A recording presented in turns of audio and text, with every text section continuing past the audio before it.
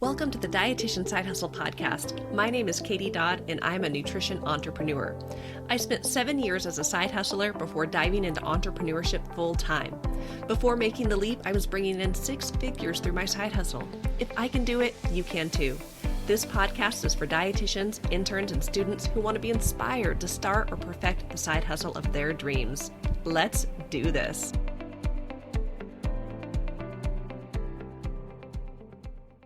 Hello and welcome to the 160th episode of the Dietitian Side Hustle podcast, Free versus Paid Media Work.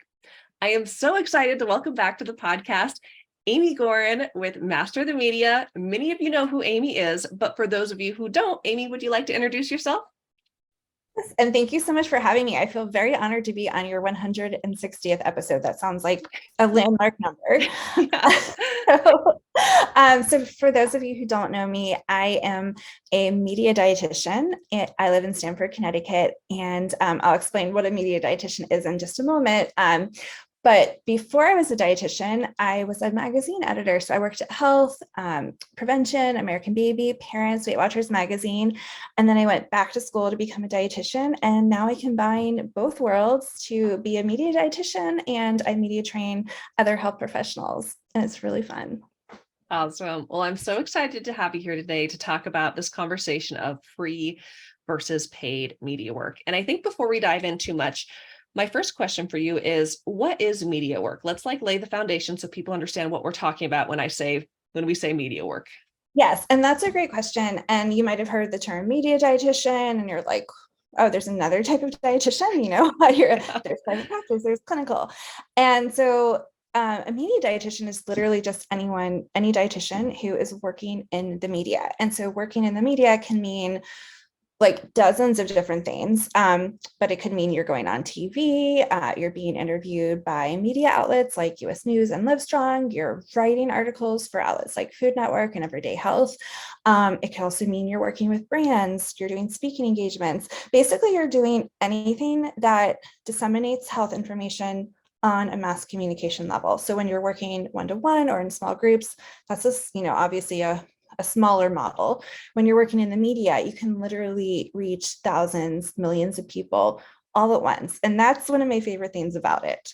Yeah. And I love it. And kind of going on a tangent here, it reminds me of when I was in school, learning about all the different types of dietetics and things we could do in nutrition. And I will say the thing that interests me the most was community nutrition and public health nutrition.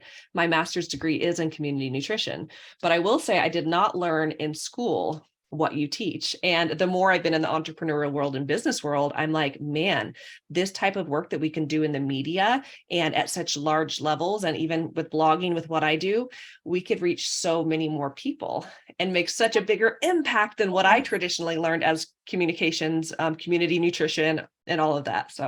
And that's what you went to school for. Like, you went to become a dietitian or another healthcare professional because you're passionate about sharing that information. And that's what I really love about it. And Katie, I know you're all about, multiple income streams. We were talking on the side before this, and she said she has like 15, and I was like, okay, I have 6. That's a lot. But basically, when you are a media dietitian, it doesn't have to be your full-time job. It usually is. So it can be, basically think about adding another revenue stream that's extremely lucrative. So if you're making, say, $50,000 as, a clinical dietitian, think about this media stream adding another 50,000. So now you're making 6 figures. Yep. So it can be a side hustle or a full hustle. So let's talk a little bit about because you listed lots of great types of work. Being a media dietitian could be you being on TV. You could be doing interviews with outlets. You could be doing written work. You could be doing brand work, speaking engagements. But can you maybe give some specific examples of what media work could look like, free media work versus paid media work? Yes. And I think this is a really important conversation, because basically, to get to the point where you're making 6 figures from media work, you really have to have put in some free paid, I call them marketing hours. And I will say, these days I'm making over $200,000 just from my media income streams. And I still do, I can't even count how much free work, because it really is like when you're interviewed in a media outlet and, today.com publishes your quote and links back to your website, that's free press that's like, you don't have to pay for an ad that might cost $25,000, $100,000. You got a free mention, but you had to spend your time doing it. So I think the expectation to get paid for everything that you do, it's only going to hurt you. Not to say that there's not a lot of media that you do get paid for, and we can talk about that as well. But basically, how I usually kind of try and teach my my coaching program students is we spend the first bit of time working together, getting what's called an as seen in section. So if you go to somebody's website, like if you go to my website, masterthemedia.co, you scroll down and you see what's called an as seen in section. There's 5 to 7 logos. It shows like US News, today.com. And what that does is it gives you that instant authority. Yep. And so usually those logos come by doing the free media interviews, or maybe you're doing paid freelance writing. That's a different story. And then once you have that authority, a brand is going to say, wow, Amy is really the expert. Like, we're willing to pay her a lot of money to represent our brand. And that's when you start making that media dietitian money. Yeah. Yeah. So it's like the free work in some ways kind of gives you the street cred. So that way, when these brands or people with money, they're like, oh man, this dietitian's legit. They've been in front of these audiences. And yeah. Like I just, I was talking with the brand about doing a speaking engagement for them. And the price that we agreed on it's not even a whole day of work, it's over $10,000. And that is because of the name recognition that you build as a media dietitian. Yes. Yes. And so can you talk a little bit about the benefits of free and the benefits of paid? And it's a continuation of this conversation, but kind of some of the specific benefits of both. Yeah. So basically, to get like your ultimate goal, well, there's many goals. Like when you're doing media work, what you want, because like when I teach my students, we're teaching how to reach out to reporters, how to get them to want to interview you. The hope is that you're going to do such a great job that they're going to keep on reaching out to you, and you don't have to do the legwork anymore. So, but you're still going to be doing those interviews for free. Like you're not going to, if you're asked for a quote to put into an Eat This Not That article, you're not going to get paid for that unless it's sponsored by a brand. That's a separate conversation. Same thing if a local TV station says, hey, Katie, can you come and do a recipe demo on like summer smoothies for us? More than likely, you're not going to get paid for that. But if you build your relationship with the station, you can eventually broach the subject of, hey, do you do sponsored segments? Can I get a brand to come on board and sponsor a segment? And then you might get paid. Or it could be part of a contract with a brand. So like I had a contract with a brand and they wanted to do some TV segments. And so they went ahead and set up some sponsored segments with some really big TV stations, paid them a sponsorship fee, paid me a fee for being on TV. And that's like another way to do it and make money off of it. Yeah. Yeah. And I'm so glad we're having this conversation, because I often hear the conversation and I agree with it, but the conversation of, don't work for free, charge what you're worth, all of these things. But I think the way you phrase it, and I heard you in the Dietitian Money Conference last week that Holly Larson did, which was so lovely. Your session was wonderful. And I loved how you talked about the free media work as marketing hours, because you understand the value of marketing and how, and I share this with my clients, a lot of it is sowing seeds. You're sowing seeds and you keep watering those seeds, and then eventually that harvest comes. And so many people, we just want to step in and have the harvest, and it doesn't always work like that, right? And so I think this is such a wonderful conversation to understand, like, okay, it's free work, but it's not really free work. It's work that you're doing now that's going to pay you later. It's like me and passive income, right? We do the work now, and then later on it pays you so amazing in the future. So it's the same thing as social media. Like you're not getting paid by, yes. I mean, there are circumstances, but like most social media posts you put out there, you're not getting paid for them. You're using your own time, your own resources to create them. You might even spend money to get your videos edited. And it's the same thing for doing media interviews. I spend anywhere from like half a day to a full day every single week doing media interviews, and I will never stop doing it, because that's what keeps, me as a desirable person for brands to want to hire.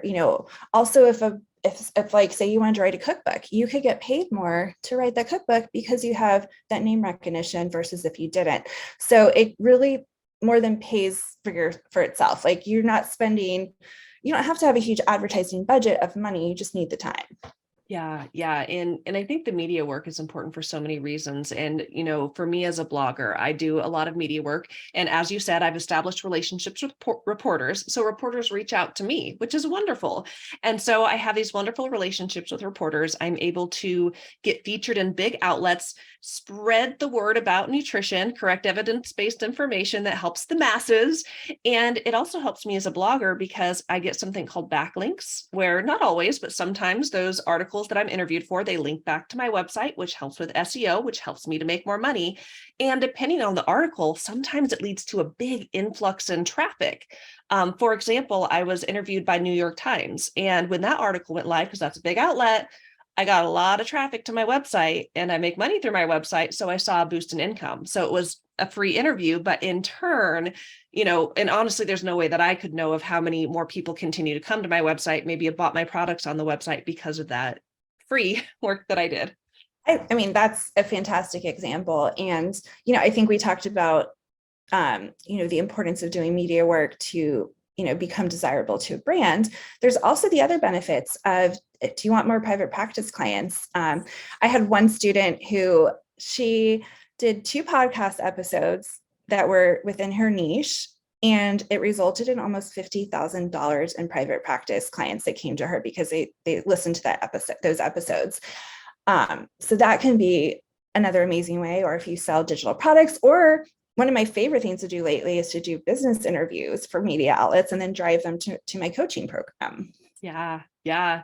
It's that's great that you kind of brought up. It's not just getting the paid media work. It could also lead to other things like the blogging benefits, the client benefits, all of those other benefits. So it's, All of yeah, those income streams. multiple streams of income, which I'm a big fan of. And you mentioned this before, and I just kind of want to reiterate this, just how people view big media outlets as credibility. And sometimes we get frustrated as dietitians, like, well, I am a registered dietitian. I went to school. I did an unpaid internship. You should listen to me. And we get irritated that people are listening to influencers who, don't know what they're talking about. But the thing is that I think some people are more impressed that I'm featured in New York Times, in CNN, on Livestrong, on Eat This, Not That. They're more excited about that than the fact that I have RD after my name. So And I mean, it's true. And I think there's no point in fighting it. We should just lean into it. I had a friend tell me recently, like she wanted to hire, I don't even know what kind of coach it was. It was some kind of coach.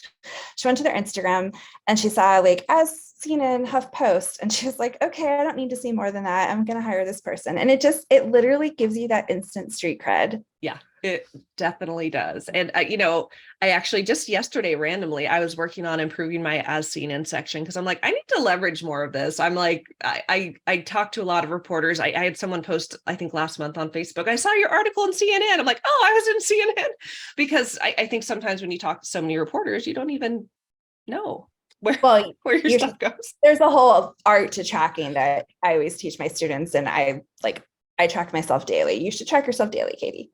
I probably should. I do have some like Google alerts that come through, but they're not always reliable. But oh yeah, Google alerts are a little broken. Yeah, very broken. So, okay. So my last question for you, because we're having this big conversation about media work, what is it, the differences between free and paid, and the benefits of doing free, and how it leads to the, whether or not it's paid media work or, more clients, additional streams of income, depending on what you do as a dietitian.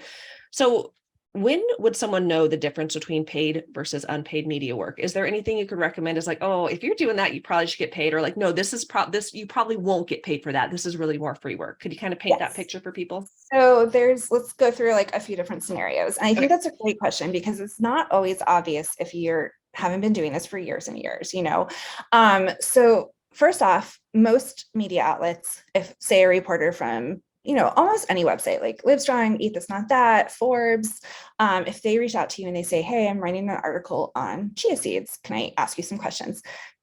Like 99.9% certainty it's not paid. Now where that might change instantly is I'm doing this article and it's sponsored by X chia seed company. Then that's kind of a thing where there's multiple scenarios. A lot of outlets get paid by the brand to sponsor an article, but they don't pay their experts. And so that's something where you have to just weigh the benefits and the negatives. So say you're brand new to the media, you might choose to do it because you want that logo for your website. Mhm. If you've already done like dozens of interviews, maybe you say, well, that's something, I really should be getting paid for because it's associated with the brand and it kind of implies an endorsement. Yep. And that's okay to say no. Then there's times where certain media outlets do pay, they're starting to come around and they do pay. So I've had media outlets say, hey, we're doing this interview, it's sponsored, we can pay you this amount of money. And so usually that amount of money is smaller. I usually go back and say, can we go closer to my typical rate, which is X, and you can kind of negotiate and decide what you want to do. So those are kind of the usual instances for interviews. If you're writing an article, almost always you should get paid, but there's always going to be exceptions. Some outlets, US News is one of them, they don't always pay their dietitian writers, but it's a huge deal to say that you've written an article for US News. So maybe you don't take a gig writing for them for the next 5 years, but maybe you write a few articles, get that under your belt, and then use that to leverage getting paid by other media outlets. Yeah. Yeah. I felt really lucky. I was able to do the US News diet reviews last year. And that was like really cool for the perspective of a dietitian, Yeah, like those that's diets are really dumb. awesome. Here's good ones. But then also to have that logo and that kind of, that street cred. I think I might do it again this year. You reached out. And some things are just worth it, even just simply because they're fun. And that's one of my criteria these days. I'm like, do I want to do this? Would it bring me joy? And then if it happens to pay me, I don't feel like I'm being taken advantage of. Like, it's not about, I'm not going to say I'm going to live and die by this number that you have to pay me or don't pay me. Like, sometimes it's more about everything else. Are you going to reach your ideal audience? Is that going to bring in income, indirectly? So maybe it's like part marketing, part you're getting paid, and you have to kind of weigh each situation as it comes. I think that's a really good, like, important thing to talk about. Like, there's no hard and fast rule book for any of this. Yeah. Yeah. And that's kind of my biggest takeaway from everything you're sharing is it depends. It depends entirely on, are you just getting started or are you well established? What are your goals? What is the benefit that you can get? And in all honesty, if it doesn't feel like it aligns with you, you could always say no. So and there's beauty.